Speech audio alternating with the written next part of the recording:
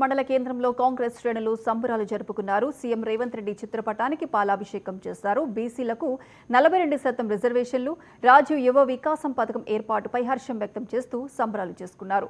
దశాబ్దాల కల సాకారం చేసిన ఘనత సీఎం రేవంత్ రెడ్డికి దక్కుతుందన్నారు కాంగ్రెస్ నేతలు.